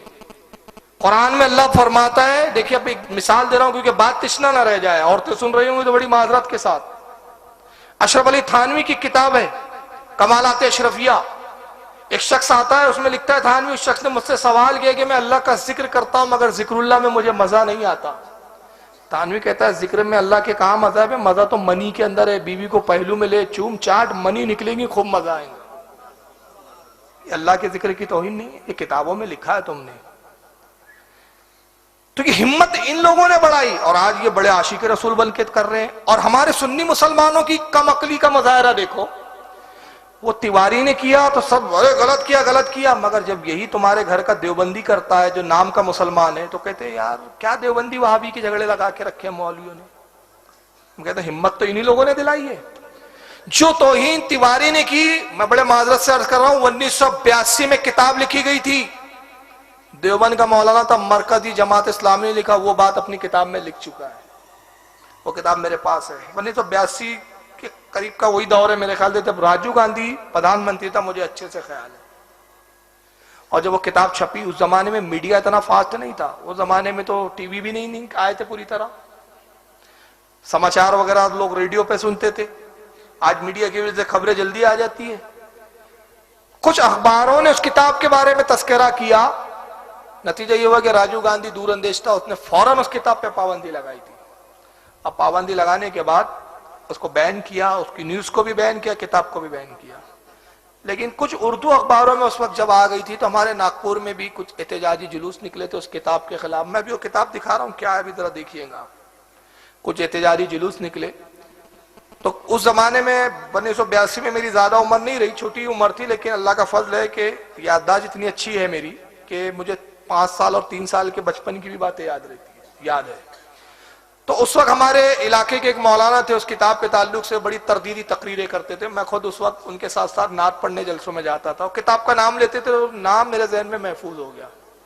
اب اللہ کے فضل سے آج پاکستان اور باہر کے ممالک کے علماء سے تعلقات قائم ہوئے، تو پاکستان کے علماء سے میں نے بات نکلی، تو میں نے کہا کہ حضرت ایک ایسی کتاب ہے، اس میں رسول اللہ کے بارے میں بڑی خطرناک توہین کی گئی تھی، ہندوستان میں تو پابندی لگ گئی تھی، شاید پاکستان میں چھپی ہو یا وہ ہو، تو وہ کتاب اگر مل جائے تو بڑا اچھا ہو جائے گا۔ تو انہوں نے جیسی کتاب کا نام سنا کہا کہ بابا یہ کتاب تو میرے پاس موجود ہے۔ تو میں نے کہا اس میں یہ بات لکھی ہے؟ تو ان کو نہیں پتا تھا، کہا بھائی میں نے پڑھی نہیں ہے، بس پڑھی ہے وہ کتاب۔ تو میں نے کہا اس میں دیکھیے آپ یہ ایک بات لکھی ہوئی ہے رسول اللہ پہ، کیا لکھی میں ابھی آگے دکھا رہا ہوں آپ کو۔ اور دیکھا تو بتایا کہ ہاں یہ تو ہے یار۔ میں نے کہا کتاب اگر آپ مجھے بھیج دے تو بڑی عنایت ہوں گی، میرے زیادہ کام آئیں گی بنسبت جتنا آپ اس کتاب کا فائدہ نہیں اٹھا پائیں گے۔ بہرحال انہوں نے کتاب بھیجی، میرے پاس وہ کتاب موجود ہے، اور اس کا اسکین پیج میں یہاں آپ کو دکھا رہا ہوں۔ اس کتاب کا نام ہے اسلامی تہذیب کے چند درخشاں پہلو۔ درود شریف پڑھے آپ، میں دکھاتا ہوں۔ آئیے دیکھیے، اسلامی تہذیب کے چند درخشاں پہلو، مصنف ڈاکٹر مصطفیٰ سبائی، مرکزی مکتبہ اسلامی دہلی نے چھاپی ہے کتاب، لیکن ہندوستان میں نہیں ملی، وہ پاکستان سے آئی ملی، پھر چھاپا ہندوستان سے ہی گیا تھا لیکن بین کر دی گئی۔ فی الحال یہ کتاب موجود ہے، جس کو دیکھنا ہو میں دکھا سکتا ہوں۔ کیا لکھا ہے پہلے میں ایک پس منظر بتا رہا ہوں، اس کے بعد آپ کو وہ چیز سمجھ میں آئیں گی۔ اللہ کے رسول صلی اللہ علیہ وسلم کی زندگی کے حالات لکھتے ہوئے یہ مصنف کہتا ہے کہ حضور نے بہت سارے بادشاہوں کو خطوط لکھے تھے، اس کا ذکر تاریخ میں ملتا ہے۔ بہت سارے اس زمانے کے جو بادشاہ تھے ان کو خط لکھا، اور خطوط میں لکھا اللہ کے نبی نے کہ تم سب اسلام کی طرف آؤ، مسلمان ہو جاؤ۔ تو اس میں ایک بادشاہ تھا جس کا نام تھا مقوقس، اس کو بھی خط لکھا گیا۔ تو کچھ بادشاہ جو تھے انہوں نے رسول اللہ کے خط کا کوئی جواب نہیں دیا، اس میں ایک تھا خسرو پرویز، اس نے خط پھاڑ دیا تھا رسول اللہ کا معاذ اللہ۔ شاہ حبش جو تھے وہ اسلام لے آئے، الگ الگ رویے اور اس کے جو ہے رپلائی تھے الگ الگ بادشاہوں کی طرف سے۔ مقوقس جو ہے وہ اسلام قبول کرنے کے لیے دل میں اس کی ایک بات آئی، مگر پھر اس نے دیکھا کہ اگر میں مسلمان ہو گیا تو میرے وزیر مجھ سے بغاوت کریں گے، رعایا بغاوت کر دیں گی، عیسائی حکومت تھی، نتیجہ یہ ہو گیا کہ مجھے تخت چھوڑنا پڑے گا۔ دنیا کی محبت غالب آئی اس کے مقوقس کے، اور اس نے اسلام لانے سے اپنے آپ کو باز رکھا۔ لیکن حضور کے بطور انعام اس نے کچھ چیزیں بھیجی، جس میں کچھ کپڑے تھے، کچر تھا، ایک لونڈی بھیجی، اس لونڈی کا نام تھا ماریا قبطیہ، ماریا قبطیہ۔ اللہ کے نبی صلی اللہ علیہ وسلم نے اس لونڈی کو آزاد کیا، یہ میں اصل تاریخ بتا رہا ہوں، یا لونڈی ہی تھی، آزاد کیا، اور اس کے بعد حضور نے اپنے ازواج میں ان کو شامل فرمایا۔ حضور کو ان سے ایک صاحبزادہ پیدا ہوئے جن کا نام ہے حضرت ابراہیم، اور ان کا ذکر واقعات کربلا میں آپ نے سنا ہوگا کہ یہی وہ حضرت ابراہیم تھے جو شیرخوار بچے تھے۔ ایک مرتبہ سرکار اپنے دانوں پر حضرت امام حسین کو لے کر بیٹھے ہوئے ہیں، اور دوسرے دانوں پر حضرت ابراہیم ہے۔ جبریل آئے، کہا یا رسول اللہ آپ اپنے بیٹے سے محبت کرتے ہیں؟ فرمایا ہاں۔ کہا یا رسول اللہ آپ اپنے نواسے حسین سے محبت کرتے ہیں؟ فرمایا ہاں۔ کہا اللہ فرماتا ہے کہ ایک میان میں 2 تلواریں نہیں رہ سکتی، ایک قلب میں 2 محبت نہیں رہ سکتی۔ اے حبیب، اللہ کہتا ہے کہ ان میں سے ایک کو آپ چن لیجیے۔ اللہ کے نبی نے خیال کیا کہ اگر حسین کا انتقال ہو جاتا ہے اور میں اپنے بیٹے ابراہیم کو اگر چنتا ہوں، پسند کرتا ہوں، تو تکلیف مجھے بھی ہوں گی حسین کے انتقال پر، میری بیٹی فاطمہ کو بھی ہوں گی، داماد علی کو بھی ہوں گی، 3 لوگوں کو زیادہ دکھ ہوں گا۔ لیکن اگر بیٹے کا انتقال ہوتا ہے تکلیف مجھے ہوں گی، فاطمہ اور علی کو اتنی نہیں ہوں گی۔ تو آپ نے کہا کہ میں اپنے بیٹے کو قربان کرتا ہوں حسین کے اوپر۔ اسی گود میں امام حضرت ابراہیم رضی اللہ تعالیٰ عنہ سرکار کے صاحبزادے تھے، اسی حالت میں روح قبض کر لی گئی، سرکار کے زانوں پر ہی ان کا وصال ہو گیا۔ یہ اصل تاریخ۔ آئیے خبیث اس واقعے کو کیسے لکھتا ہے ذرا دیکھیے۔ یہ مسلمان ہیں یہ لوگ، اور اگر ایسے مسلمانوں کی جماعتیں صحیح ہے اور پھر آپ کہیں کہ یہ مولویوں کے جھگڑے، تو پھر میں سمجھتا ہوں کہ آپ نے بھی مسلمان ایمان لایا ہی نہیں، دوبارہ کلمہ پڑھنے کی ضرورت ہے پھر آپ کو بھی۔ آئیے دیکھیے صفحہ نمبر اس کا 116 ہے، وہ پورا واقعہ لکھ رہا ہے، اور واقعہ لکھ کے یہاں آتا کہتا ہے کہ اس نے ایک وفد بھیجا حضور صلی اللہ علیہ وسلم کے پاس، اور اس وفد نے حضور سے بحث کی، تو آپ نے نہایت ہی توجہ سے ان کی باتیں سنی، اب بڑی نرمی اور احترام اور حسن اخلاق سے بحث کا جواب دیا، اور رسول اللہ صلی اللہ علیہ وسلم نے مقوقس کا ہدیہ قبول فرمایا اور اس کی بھیجی ہوئی لونڈی کو بھی قبول فرمایا، اور اس سے زنائے شوئی کے تعلقات قائم ہوئے، اور اس کے بطن سے آپ کے صاحبزادے ابراہیم پیدا ہوئے جو چند مہینے زندہ رہے۔ یہاں رسول اللہ کے لیے کیا لفظ استعمال کیا اس نے کہ حضور نے زنا کیا اس سے، اور اس سے بھی بیٹا ہوا۔ مجھے بتائیے معاذ اللہ اگر ہمارا نبی زانی تھا، نعوذ باللہ من ذالک، اس سے پڑھ کر بھی کوئی توہین ہو سکتی ہے؟ اور استغفر اللہ 100 بار، کروڑ بار، اربوں بار معاذ اللہ، اگر معاذ اللہ ثم معاذ اللہ نعوذ باللہ من ذالک حضور پر اگر زنا کی تہمت لگائی جائے تو حضرت ابراہیم پر کیا حکم لگے گا؟ پھر کون سے صاحبزادے کہلائیں گے بھائی؟ یہ میں جملے نہیں کہہ رہا ہوں، آپ کو سمجھنا پڑے گا، کیونکہ میرا عشق اجازت نہیں دے رہا کہ ہر بات کو میں ہر جملے میں دہرا کے آپ کے سامنے رکھوں۔ اب مجھے آپ انصاف سے بتائیے، وہ لوگ جو دیوبندیوں کے طرفدار ہیں، وہ لوگ جو جماعت اسلامی کے طرفدار ہیں، وہ لوگ جو اہل حدیث کو کہتے ہیں نماز پڑھتے ہیں، جو اپنے نبی کو جن کا ملا زانی لکھے ان کی نمازیں قبول ہوں گی؟ یہ مسلمان ہیں؟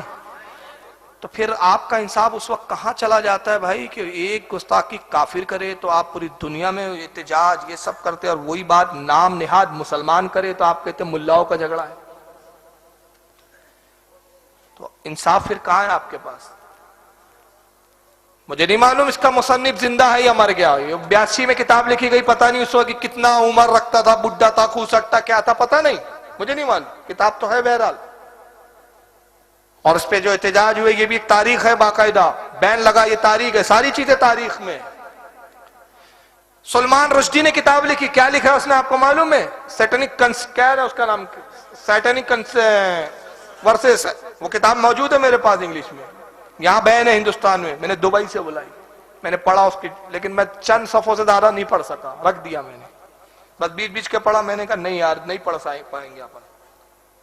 اس میں حضرت ابراہیم پر اس نے زنا کی تہمت لگائی ہے، ابراہیم علیہ السلام پر، اور اس واقعے کو جہاں حضرت ہاجرہ کو چھوڑا تھا حضرت ابراہیم نے اللہ کے حکم سے ایک جملہ لکھا ہے، انگلش میں ایک بہت کتا ہوتا ہے جس کی فطرت یہ ہوتی ہے کہ اپنے مالک کو بھی کبھی کبھی کاٹ دیتا ہے، اس کتے کا نام لے کے اس نے لکھا کہ ابراہیم نے وہی کام کیا اپنی بیوی ہاجرہ کے ساتھ، وہ کتے کا لفظ استعمال کیا وہاں۔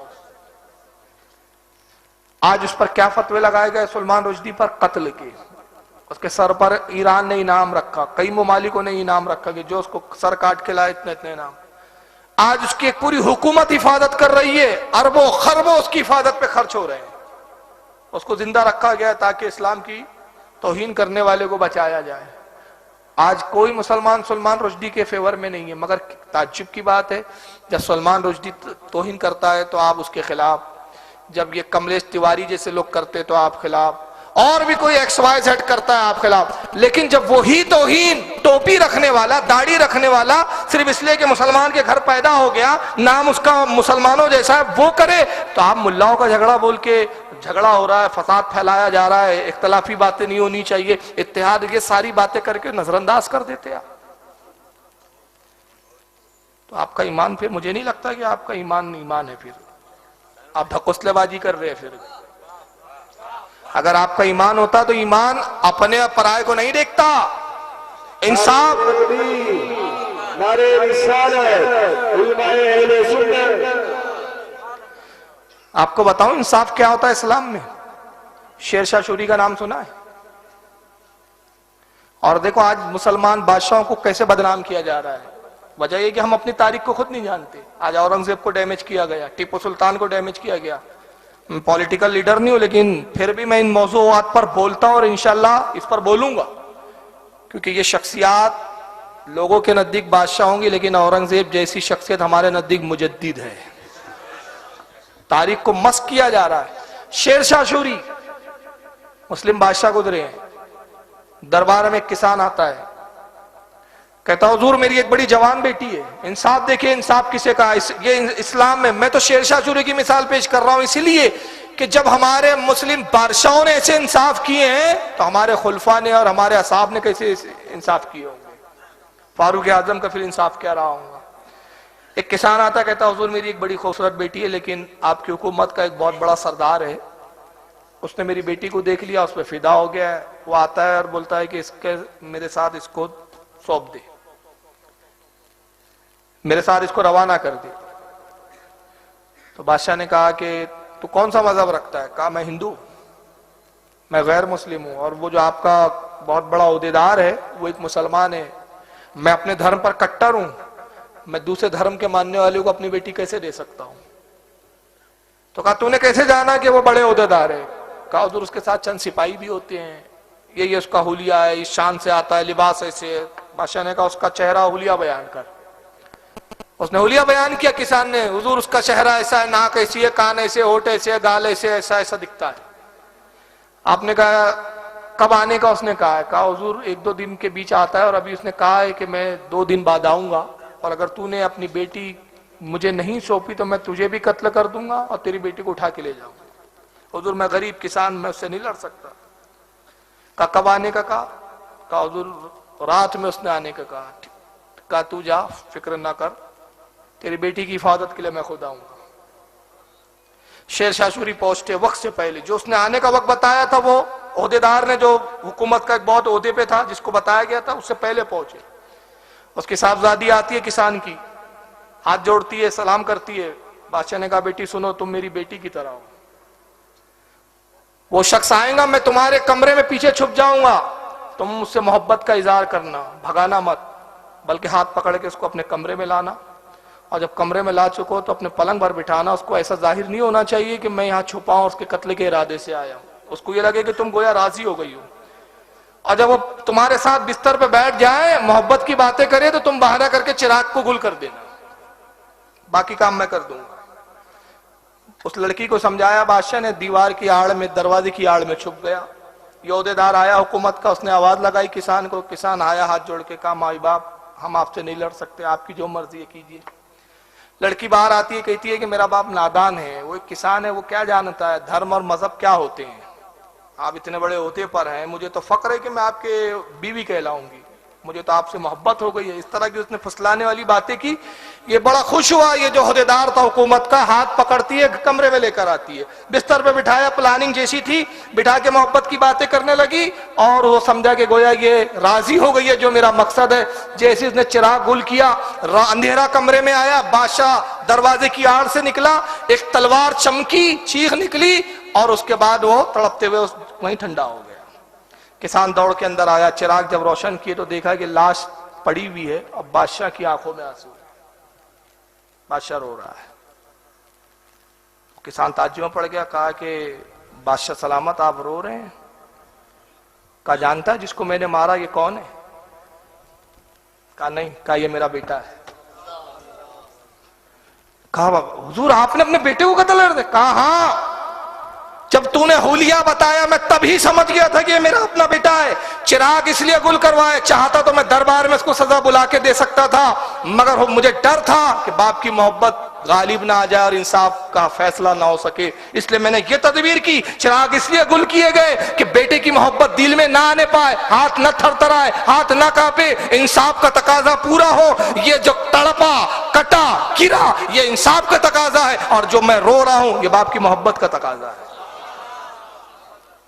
یہ انصاف ہے، اس میں ہم نے اپنے پرائے نہیں دیکھے۔ شیر شاہ سوری جیسے بادشاہ نے جب یہ نہیں دیکھا کہ ہندو اور لڑکی ہے، کیا کرنا ہے ہمیں، اٹھا کے لا لے جا، نہیں۔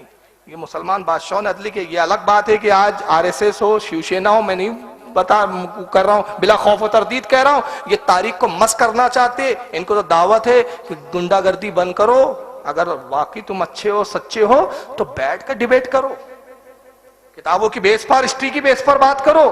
تم ہسٹری پہ بات کب کرتے ہو؟ جب ہسٹری کی بات آتی ہے آستھا کا سوال ہے، وہاں کا ہسٹری سے چونا لینے چلے جاتی ہے تمہاری۔ تو آج اگر میں بہرحال بات کسی اور موضوع پہ نہیں لے جانا چاہ رہا ہوں، کیونکہ یہ پولیٹیکل اسٹیج نہیں ہے، یہ ایک اسٹیج نہیں ہے، یہ اسلامی ایک مذہبی ہمارا ایک جلسہ ہے، اس میں وہ باتوں کی طرف نہیں۔ صرف میں یہ بتانا چاہ رہا ہوں کہ چاہے کملیش تیواری ہو، چاہے کوئی اشرف علی نام کا مسلمان ہو یا چاہے کوئی گنگوہی نام کا مسلمان ہو، جرم اگر ایک ہے تو سزا بھی ایک ہونی چاہیے۔ ہم شخصیتوں کو دیکھ کے سزاؤں کا تعین نہیں کرتے کہ یہ اپنا ہے تو چھوڑ دو یہ۔ تو بہرحال جو لکھنے والے تھے، جنہوں نے لکھا توہین کی، مر گئے، جو زندہ ہے ان کے خلاف احتجاج کیا جائے، ان کے خلاف لڑا جائے، اور جو مر گئے ان کے خلاف لڑ تو نہیں سکتے، کم سے کم لعنت اللہ علیہ تو کہہ سکتے ہیں، کہ اب یہ بھی نہیں کہیں گے؟ کم سے کم ان سے تو دوری اختیار کر سکتے جو ان کو رحمت اللہ علیہ کہتے ہو، ان کو سچا سمجھتے ہو۔ تو اندازہ لگائیے یہ سب چیزیں ہیں۔ وقت نہیں ہے میرے پاس، ورنہ میں کچھ اور چیزیں دکھاتا۔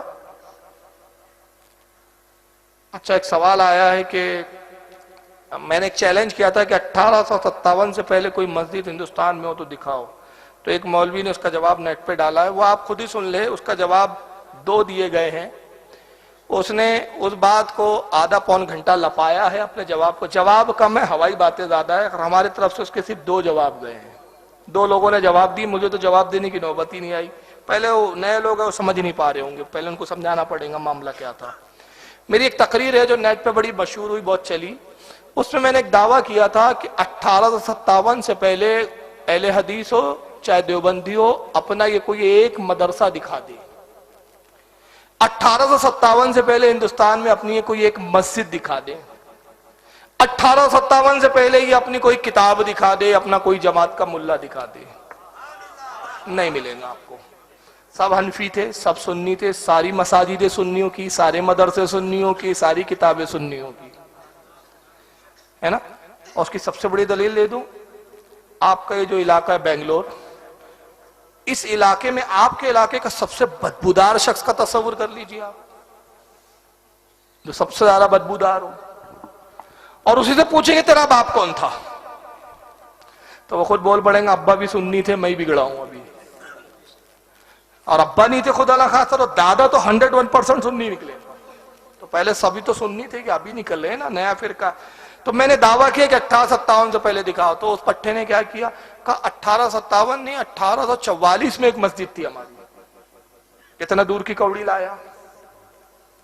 1857 میں نے، حالانکہ اس بیوقوف اتنا نہیں سمجھ رہا کہ 1857 سے میری ایگزیکٹ یہ مراد نہیں ہے کہ 1857 یعنی 1856 کی دکھا رہی ہے تو آپ جیت گئے۔ اصل میں 1857 راؤنڈ فگر میں ایک فگر اس لیے دیا گیا کہ 1857 میں ہندوستان کی تاریخ کا ایک نیا باب شروع ہوا ہے۔ پوری طرح انگریز تسلط میں آ گئے تھے۔ 1857 میں جو غدر ہوا تھا، اس کے بعد پوری طرح انگریزوں کی حکومت قائم ہو گئی۔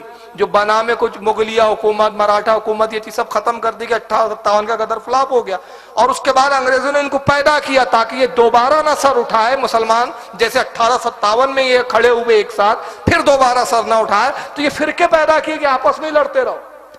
تو یہ ایک راؤنڈ فگر دیا گیا۔ اس نے کہا 1844 میں ایک ہماری مسجد تھی، پھر کہا فلاں نے اس میں، تو اس کا جواب میں نے تو نہیں دیا کیونکہ ایک بچکانہ جواب دکھ رہا تھا مجھے، لیکن حافظ احسان صاحب شری لنکا والوں نے اس پہ مناظرے کا چیلنج کیا، اس کو، ان کا مناظرے کا چیلنج نیٹ پر موجود ہے۔ اور اس کے بعد کوکن کے ایک ہمارے شافعی مذہب کے عالم دین ہیں، مجھے ابھی نام ذہن میں نہیں آ رہا، ان کا بھی نیٹ پر موجود ہے، انہوں نے بھی چیلنج کیا، کہا کہ بھائی فاروق رضوی صاحب نے جو کہا ہم بھی تائید کرتے، تجھ میں ہمت ہے تو اسی بات پہ ہم سے مناظرہ کر لے۔ اب تک اس کا رپلائی نہیں آیا اور ہم اس کے رپلائی میں انتظار میں ہیں۔ اور اس کے بعد اس نے جو ایک دو مسجد دکھائی، کہا یہ مسجد فلاں سن میں تھی، وہاں پر یہ اہل حدیث کی ہے۔ اب اس پر جو بھی عقل مند سن رہا ہے ہنس رہا ہے کہ بیوقوف، وہ سنیوں کی تھی، تم حرامیوں نے قبضہ کیا ہے۔ تو قبضہ کرنے، ارے تم تو کعبے پہ قبضہ کر کے بیٹھے ہو، تو کعبہ تمہارے باپ کا ہو گیا کیا؟ ہے تو حضرت ابراہیم کی بنیاد ہے نا، بنیاد جس کی وہ اس کو دیکھا جائے گا نا، ہم تو بنیاد کی بات کر رہے ہیں نا۔ تم نے جتنی بنائی نہیں سزادہ تو حرام خوری کر کے قبضے کی ہے، تم نے قبضہ خور جماعت۔ تو قبضے والی مسجد کو بھی اپنے کھاتے میں لایا، کہا فلاں سن میں ایک مسجد تھی، وہاں پر میں وہ فلانے کھیڑے پاڑے میں، اچھا خود دوگلے لوگ ہیں۔ میرا ربانی بولتا ہے کہ صاحب اسلام صوفیوں سے آیا ہے، صوفیوں نے لایا نہیں بلکہ اسلام کو بگاڑا ہے، اور یہاں جو اسلام تھا وہ اوریجنل اسلام نہیں تھا۔ ایک طرف خود مانتے کہ صوفیوں نے لایا، ایک طرف کہتے ہم تھے بھی۔ اچھا پھر جب تھے تو اتنے کم کیوں تھے تم؟ اگر تم پہلے تھے تو زیادہ ہونے چاہیے نا تم۔ ارے پہلے تو سنی ہی سنی تھے، امیر خسرو رحمت اللہ تعالیٰ علیہ جو نظام الدین اولیاء کے مرید ہیں، انہوں نے ایک بڑا پیارا شعر لکھا فارسی میں.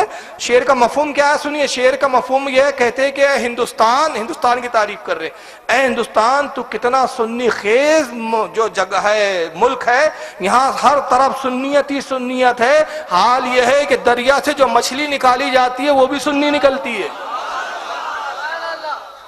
سب سنی تھے، دو ہی تو فرقے تھے، سنی اور شیعہ.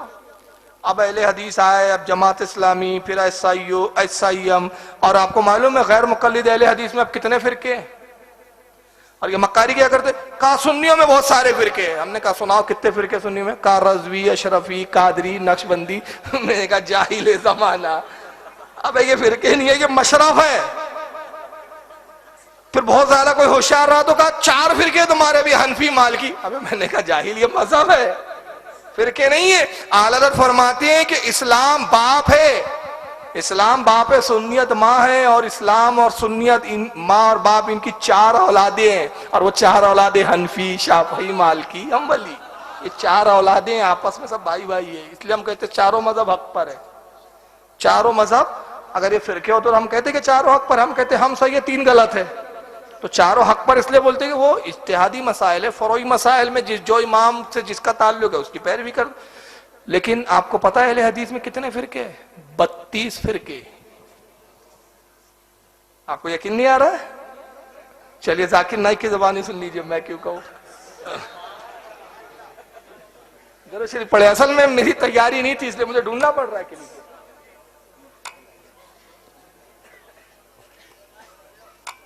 اللهم صل على سيدنا ومولانا محمد. سنیے. Now, coming to the question, that therefore Sheikh Nasir al-Albani says you should call yourself Salafi. My question is, ایک لفظ سنیے. کہتا ہے کہ ناصر الدین البانی، شیخ ناصر الدین البانی نے اپنے آپ کو سلفی کہا، سلفی فیمس کیا. میرا کوشچن، میرا سوال، which Salafi? کیا ہے سلفی؟ سلفی بولتے نہیں اپنے آپ کو. سلفی کون سلفی؟ Which Salafi? My counter question. And now do you know how many of Salafi? Are you a Qutubi or Sururi or Madkhali? I can name another Salafi. See, I'm not speaking against anyone. Please don't get. کیا ہے آپ قطبی، سروری، سلفی، اور ایک دو اور ہے جو اس نے نام نہیں لیا، غربا اہل حدیث ایک اور ہے، حیاتی ہے، مماتی ہے، دنیا بھر کے ان کے. آپ سنو، me wrong.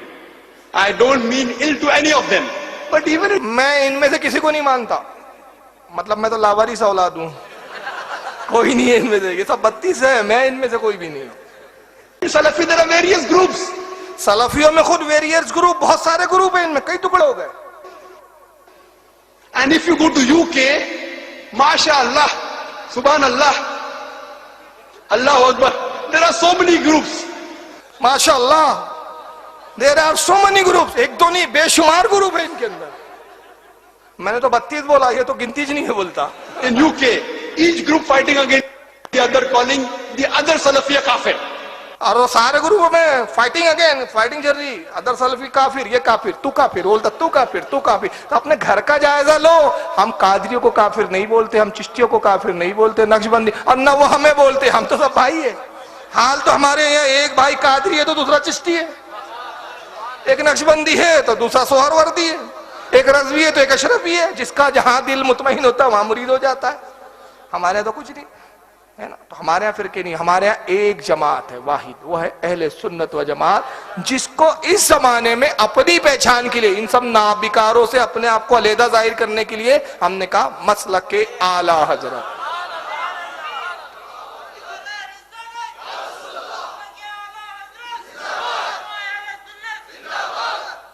تو ان کے ہاں تو خود اتنے ٹکڑے ہیں یار، پہلے اپنے ٹکڑے سمیٹو جو بکھرے ہوئے ہیں. تو بہرحال بات جو چل رہی تھی وہ گروپ پہ آ گئی. تو یہ جو سوال ہے نا بھائی، تو اس کا میں مختصر جواب دیا کہ اس پہ تو چیلنج ہی کر دیا گیا. اور دوسرا یہ کہ 2-3 جواب کیا یہ صحیح ہے؟ ہاں وہی جواب دیا. چلیے ہو گیا اس کا جواب. چلے ختم کریں. نہیں اب وہ ٹاپک نہیں ہے. چلیے 2:30 بج رہے بھائی، کب تک چلاؤں گے جلسہ. بہرحال بس اتنا میں کہوں گا کہ آج کے جلسے کا جو مقصد تھا، اب یہ کیا آ گیا یہ فجر ہو جائیں گی لیکن سوالات ختم نہیں ہیں.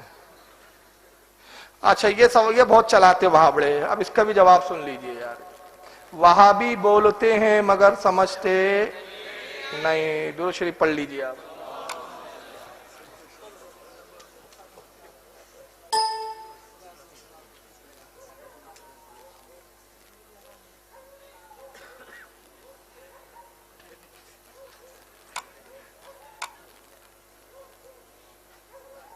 ابو بکر صدیق کے زمانے میں ربیع الاول 2 مرتبہ آیا.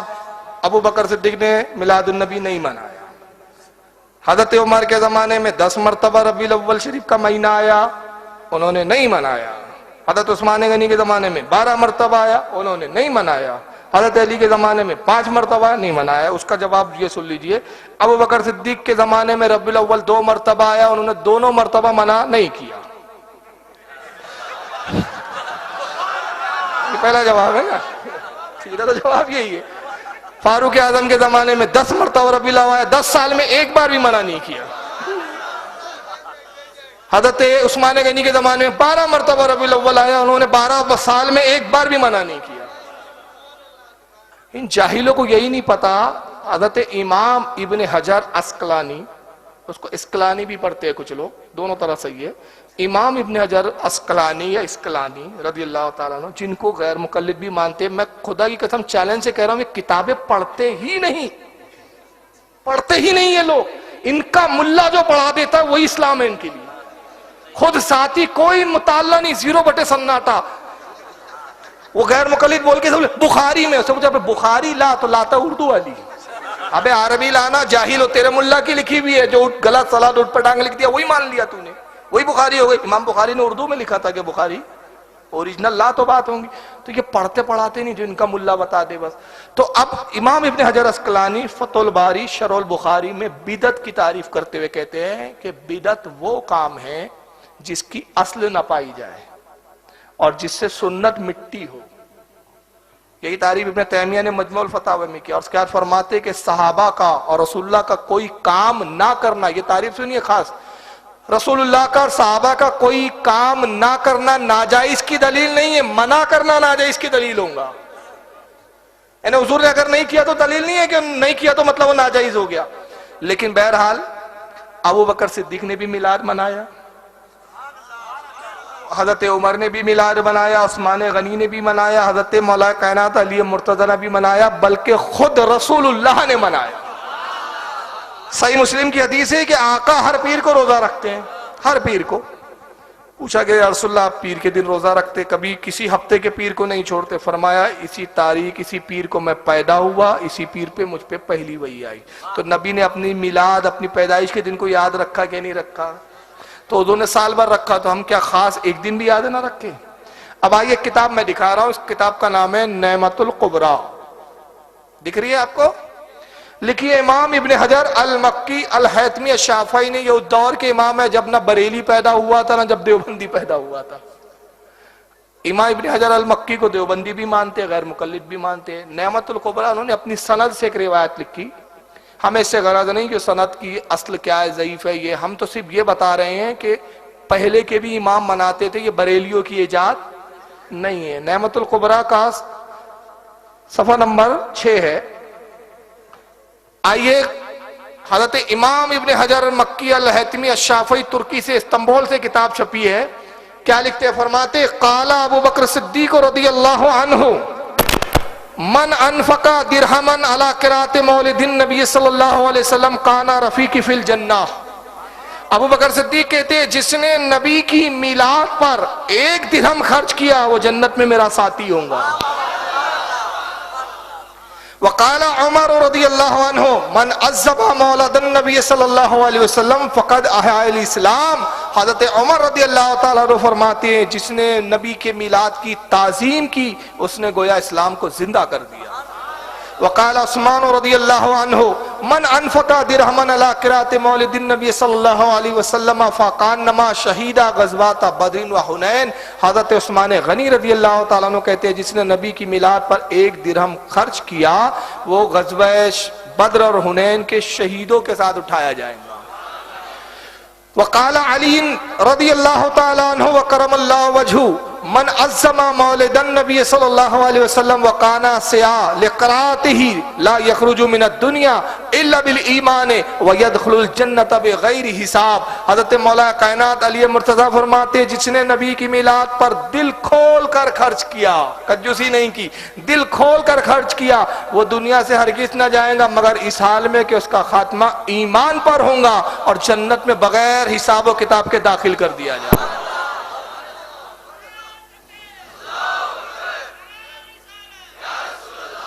تو غیر مقلدوں کو چاہیے سنیوں کو بخشو، ہم بریلیوں کو چھوڑو، ہمت ہو تو ان علماء پہ فتوے لگاؤ. اور ان کو خود نہیں پتا ابن تیمیہ کا بیٹا ہے، معاف کیجیے گا محمد ابن عبد الوہاب نجدی کا بیٹا. میں کتاب لایا نہیں، وہ میرے پاس آ گئی، لیکن چونکہ موضوع مجھے بتایا گیا تھا اعلیٰ حضرت تو میں اس حساب سے اپنے ذخیرے لایا ہوں. اب اتنا سارا بوجھ لے کے تو نہیں چل سکتے نا، لیکن میرے پاس کتاب موجود ہے الحمدللہ. وہ کتاب کا نام ہے سیرت الرسول. محمد ابن عبد الوہاب نجدی کا بیٹا ہے جس کا نام ہے عبداللہ ابن محمد ابن عبداللہ. سیرت رسول کتاب لکھی ہے. مزیدار بات یہ کہ دارالسلام والوں نے چھاپا، اہل حدیث نے سعودیہ کے، اس میں رسول اللہ کی زندگی کے حالات پر ابن تیمیہ کے بیٹے نے لکھا، اور یہاں تک لکھا کہ رسول اللہ صلی اللہ علیہ وسلم کی جب ولادت ہوئی تو بخاری کی وہ حدیث لایا. یہ بخاری میں حدیث موجود ہے.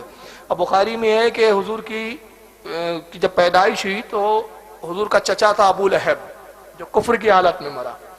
صحابیہ جو اس کی لونڈی تھی وہ آتی ہے اور کہتی ہے کہ اے میرے آقا مبارک ہو، آپ کو بھتیجا ہوا ہے. بیٹھا ہوا تھا خوشی میں، انگلی سے اشارہ کیا، کہا کہ تو نے آج میرے بھتیجے کی پیدائش کی خوشی کی خوشخبری دی، جا آزاد ہے. انگلی سے اشارہ کیا، مر گیا. بعد میں حضرت عباس نے جو حضور کے دوسرے چچا ہے وہ ایمان لائے. حضرت عباس نے خواب میں دیکھا، کہا کہ ابو لہب تیرے ساتھ کیا معاملہ ہوا؟ تو کہا کہ خیر میں نہیں ہوں، عذاب میں ہوں، ایمان نہ لانے کی وجہ سے سخت عذاب میں ہوں، لیکن پیر کے دن جہنم سے نکال دیا جاتا ہے. سرکار پیر کے دن پیدا ہوئے اور یہ انگلی منہ میں پکڑا دی جاتی ہے، اس سے پانی نکلتا ہے، اس کو چوستا ہوں، ہفتے بھر کی پیاس بجھا لیتا ہوں. اور یہ اس لیے میرے ساتھ کیا گیا کہ کہا گیا کہ تو نے محمد صلی اللہ علیہ وسلم کی پیدائش پر لونڈی کو آزاد کیا تھا، یہ اس کا صلہ. اب خود کیا لکھ رہا ہے عبداللہ ابن محمد ابن عبد الوہاب نجدی، وہ کہتا ہے کہ اس مومن کا کیا کہنا جو موحد ہے، توحید کا ماننے والا ہے. ارے جب ابو لہب جیسے کو کافر کو نبی کی میلاد پر انعام دیا گیا تو مومن موحد کو کتنے انعام و اکرام دیے جائیں گے. تو اس کو اپنے گھر کی تو خبر نہیں ہے، پہلے اپنے گھر کی دیکھے. حالانکہ یہ امام عبد الرحمن ابن جوزی کا قول ہے، یہ اس نے بھی نقل کیا ہے. تو بہرحال میلاد منانا جائز ہے، اور جو لوگ ناجائز کہتے ہیں ان سے صرف ایک گزارش ہے، ہمت ہو تو ایک حدیث لا دو کہ نبی نے کہا خبردار میری میلاد کا تذکرہ بھی مت کرنا، ورنہ مسلمان نہیں رہوں گے. بلکہ ہمیں تو روایتوں میں یہ ملتا ہے، کتاب الشفا میں امام قاضی عیاض لکھتے ہیں، اور امام قاضی عیاض وہ جن کے بارے میں ابن تیمیہ کہتا ہے کہ اپنے وقت کے وہ عالم تھے، وہ امام تھے جن کی پیروی اور اتباع ہم پر ضروری ہے. ابن تیمیہ ان کا گھر کا آدمی لکھتا ہے اور کہتا ہے کہ کتاب الشفا ان کی وہ کتاب ہے جو بارگاہ رسول میں مقبول ہے. تو کتاب الشفا میں لکھتے ہیں کہ حضرت عبد الرحمن ابن عوف، یہ رسول اللہ کے صحابین کی والدہ کا نام تھا شفا. کیا نام تھا؟ شفا. یہ وہ تھی کہ رسول اللہ کی جب پیدائش ہوئی تو حضرت آمنہ کے پاس تھی، دائی کے فرائض انجام دے رہی تھی. بعد میں ایمان لائی. تو عبد الرحمن کہتے ہیں کہ میرے ساتھی، میرے دوست اکثر میرے گھر آتے اور کہتے عبد الرحمن تمہاری والدہ ہے؟ تو میں کہتا ہاں امی گھر پر ہے. تو کہتے کہ ہم تمہاری امی سے رسول اللہ کی ولادت کے تذکرے سننے آئے ہیں. تو عبد الرحمن جاتے، کہتے امی جان میرے کچھ دوست آئے اور وہ جاننا چاہتے کہ حضور کی میلاد کے وقت کیا معاملات تھے. تو عبد الرحمن کہتے کہ میں فرش بچھا دیتا یعنی سترنجی وغیرہ، اس پر میرے دوست احباب بیٹھ جاتے اور پھر ایک تخت لاتے، اس تخت پر میری والدہ شفا بیٹھتی اور وہ رسول اللہ کی میلاد کا ذکر کرتی. حضور پیدا ہوئے تو یہ تھا، وہ ہوا، میں نے یہ دیکھا، میں نے وہ دیکھا، میں نے یہ دیکھا. تو اسی کو تو میلاد کہتے ہیں کہ نبی کی پیدائش کا تذکرہ کرنا، اس پر خوشی کا اظہار کرنا. اب یہ عجیب قوم ہے، بیٹا پیدا ہوتا ہے تو خوشی مناتے ہیں، اور رسول پیدا ہوا تو چہرے مرجھا جاتے ہیں ان کے. تب اپنا اپنا نصیب ہے. بہرحال چلیے میلاد النبی پہ پھر کبھی انشاءاللہ موقع ملا تو وما علینا الا البلاغ المبین. صلاۃ والسلام کے لیے ضروری اعلان سے بات فرمائیں.